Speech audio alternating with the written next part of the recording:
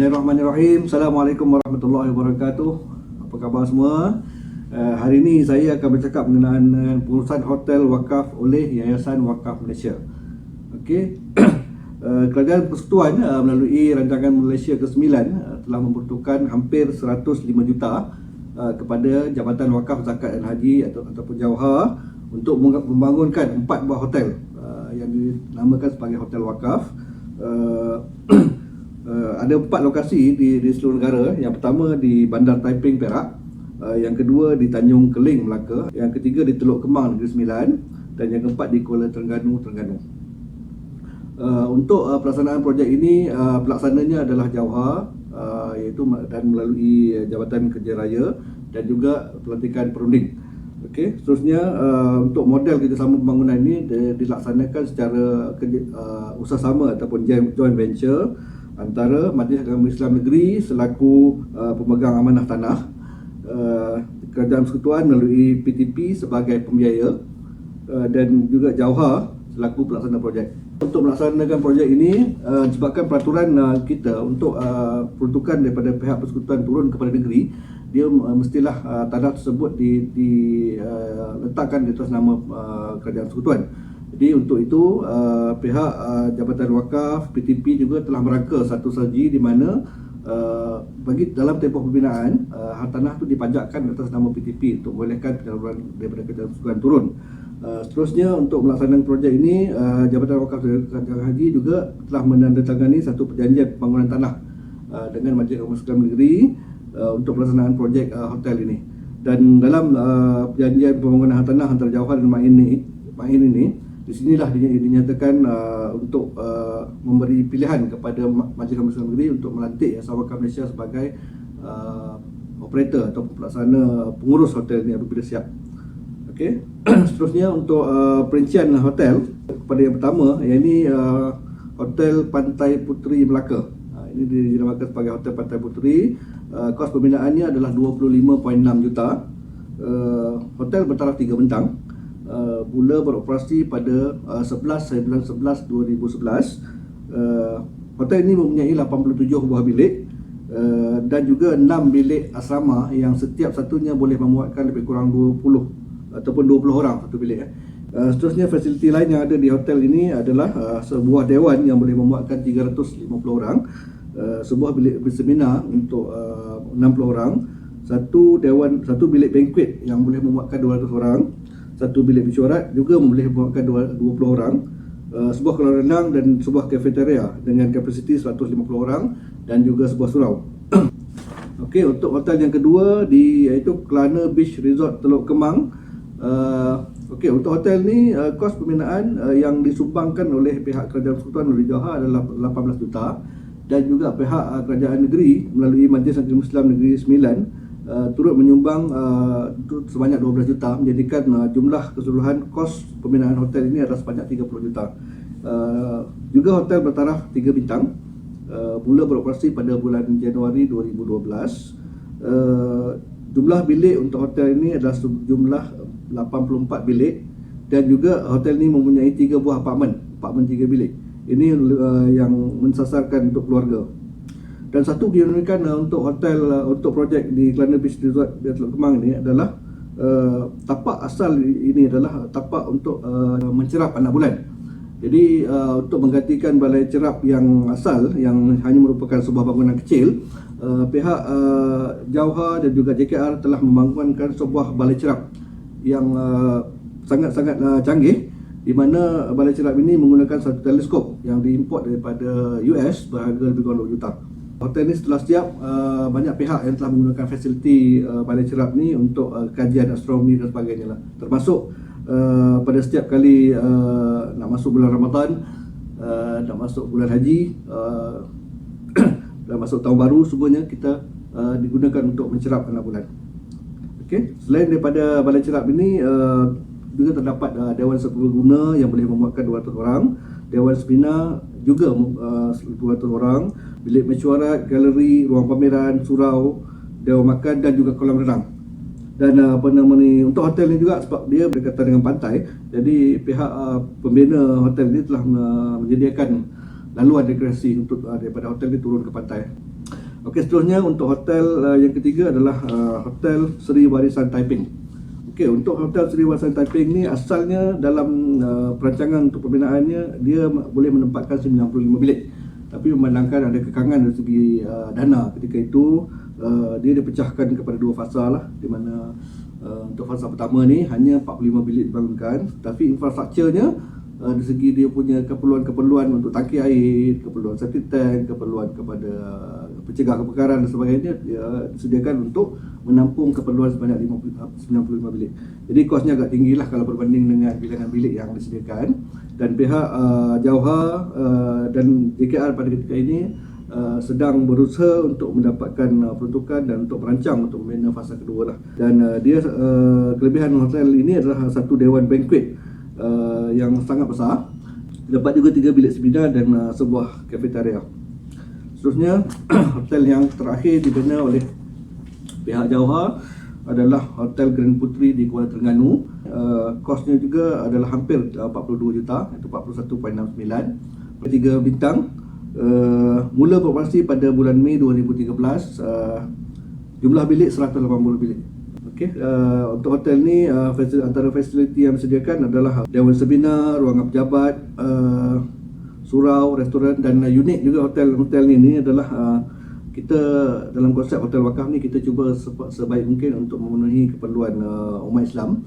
Jadi hotel ni direka bentuk dengan mengasingkan kolam antara kolam lelaki dengan kolam perempuan lah. Seterusnya untuk aspek patuh syariah hotel-hotel yang dibangunkan oleh pihak Jauha. Pertamanya kita menyediakan arah kiblat yang telah disemak dengan pihak Jabatan Agama Islam negeri masing-masing, yang telah disemak dan disahkan oleh Jabatan Agama Islam di setiap bilik hotel.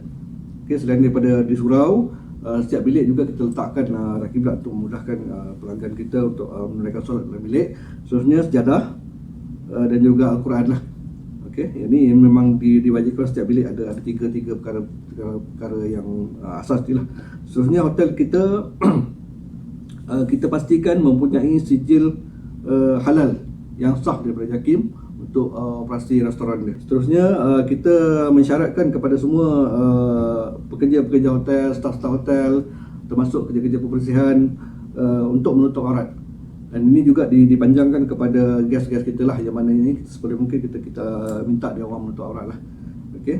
Seterusnya kita ada papan tanda untuk amaran kepada pengunjung-pengunjung kita untuk mengelakkan maksiat lah. Okay, seterusnya untuk dari segi perlindungan bangunan, perlindungan daripada kemalangan dan sebagainya, instead of kita gunakan conventional insurance, kita menggunakan produk takaful. Okay, seterusnya kita juga meletakkan syarat hotel kita tiada alkohol, tiada minuman keras. Jadi termasuk kepada pengunjung-pengunjung daripada luar, kita tidak benarkan untuk pengunjung luar membawa masuk minuman keras ke dalam hotel kita. Yang seterusnya adalah kemudahan untuk orang kelainan upaya. Kita ada tandas OKU, ada ramp untuk OKU dan sebagainya lah. Seterusnya dalam konteks maqasid syariah, hotel kita juga mengaplikasikan konsep maqasid syariah dalam pengurusannya. Yang pertama untuk maqasid syariah menjaga agama, kita yang tadilah kita letakkan tapuan dari kiblat, sejadah, Quran dan juga menutup aurat. Itu dalam konteks menjaga agama. Yang kedua menjaga nyawa. Menjaga nyawa ini tadi kita ada perlindungan takaful, kita ada kemudahan tandas dan rem untuk OKU lah, ini untuk menjaga maslahah dalam bentuk menjaga nyawa. Seterusnya menjaga harta, kita akan pastikan hotel kita mempunyai perlindungan takaful yang mencukupi untuk menjaga keselamatan harta-harta kita. Seterusnya hifzul akal ataupun menjaga akal, ini kita pastikan hotel kita ataupun pengunjung-pengunjung hotel kita tidak membawa minuman keras lah untuk memelihara akal. Dan seterusnya untuk memelihara keturunan, seperti disebutkan tadi, kita mencegah maksiat di situ, mana kita letakkan beberapa tanda untuk mengelakkan maksiat dan sebagainya. Okey. Seterusnya untuk menguruskan hotel ni, setelah siap hotel ni dibina oleh pihak Jauha, seperti yang disebutkan tadi, ada perjanjian pembangunan yang menyatakan bahawa pihak Majlis Agama Islam Negara selaku pemilik hotel ni setelah siap boleh melantik Jasa Wakaf Malaysia sebagai pengurus. Jadi daripada 4 hotel yang dibina tadi, 3 hotel yang diserahkan balik kepada Jasa Wakaf Malaysia untuk diurus, iaitu di Pantai Puteri Melaka, Seri Warisan Taiping dan juga di Grand Puteri Kuala Terengganu. Yang di Lana Beach Resort itu pihak Majlis Kemiskinan Negeri Sembilan mengambil keputusan untuk menguruskan di hotel itu. Okey. Untuk Pantai Puteri Melaka ni, untuk ketiga-tiga hotel lah, untuk ketiga-tiga hotel ni kita telah menandatangani, kita di Jasa Wakaf Malaysia telah menandatangani perjanjian pajakan bersama pihak Majlis Kemiskinan terlibat untuk tempoh 25 tahun. Jadi sepanjang 25 tahun ni kita akan uruskan hotel ni, dan Jasa Wakaf sebagai sebuah entiti yang pada ketika ini masih belum mempunyai kepakaran untuk menguruskan hotel, kita telah melantik 2 operator hotel lah.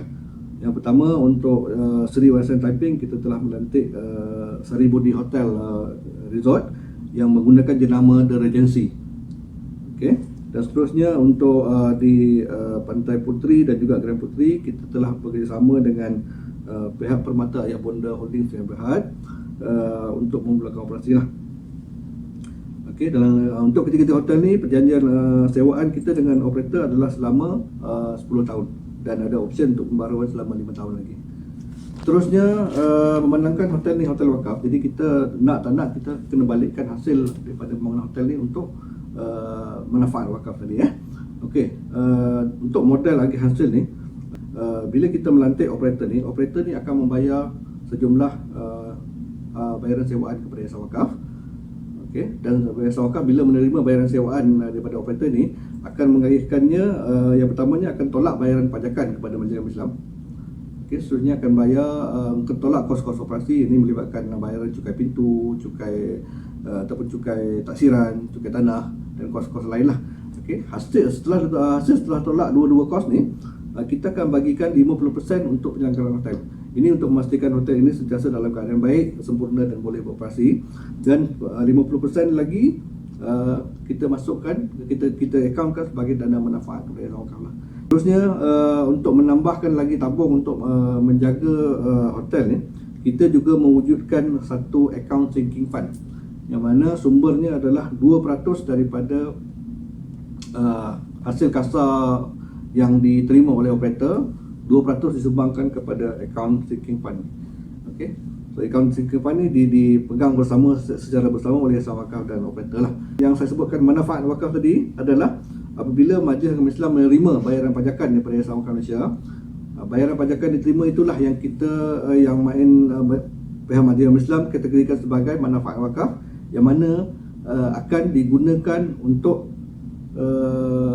melaksanakan program-program mengikut hujah wakaf tu. Hujah wakaf ni adalah salah satu daripada rukun wakaf lah. Dalam hujah ni sebagai contoh lah saya bagikan, untuk hotel Seri Warisan Taiping, hujah wakaf ni adalah semua hasil yang terima daripada wakaf tanah tadi tu hendaklah digunakan untuk membiayai pengurusan Masjid Melayu Lama Taiping.